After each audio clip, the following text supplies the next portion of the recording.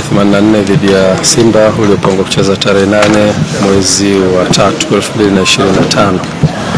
Uongozi wa klabu ya Young Africans pamoja na ukiwa umeambatana na excom wake wote pamoja na mtendaji mkuu uliweza kukutana na Mheshimiwa Waziri na Mheshimiwa Naibu Waziri, Mheshimiwa Katibu Mkuu, Mheshimiwa Naibu Katibu Mkuu na mwenyekiti wa Baraza la Michezo la Taifa kwa ajili ya kujadili kitu ambacho kilitokea.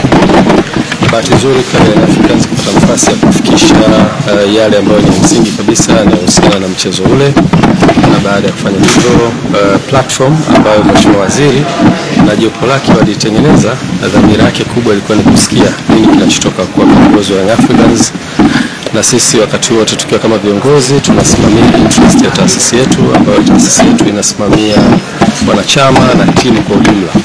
Kwa tulikuwa kufikisha ujumbe wetu unaohusiana na position yetu kama taasisi, lakini pia Mheshimiwa Waziri na timu yake wakatusikiliza kwa kirefu, kupata nafasi ya kuuliza maswali, kutaka kujua, na tuliweza kufikisha ujumbe wetu vizuri.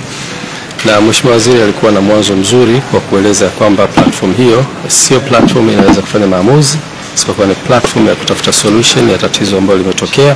Kwa hiyo alikuwa anataka kujifunza kutoka kwa Young Africans nini hasa kinachowasibu na nini position yao. Kwa hiyo tumeweza kufikisha yote ambayo tunastahili kuyafikisha kama viongozi, ambayo yanabeba ujumbe wa kamati ya utendaji, lakini ujumbe wa wanachama wetu na mapenzi na mashabiki waliokuwa nchi nzima. Ujumbe huu umefika.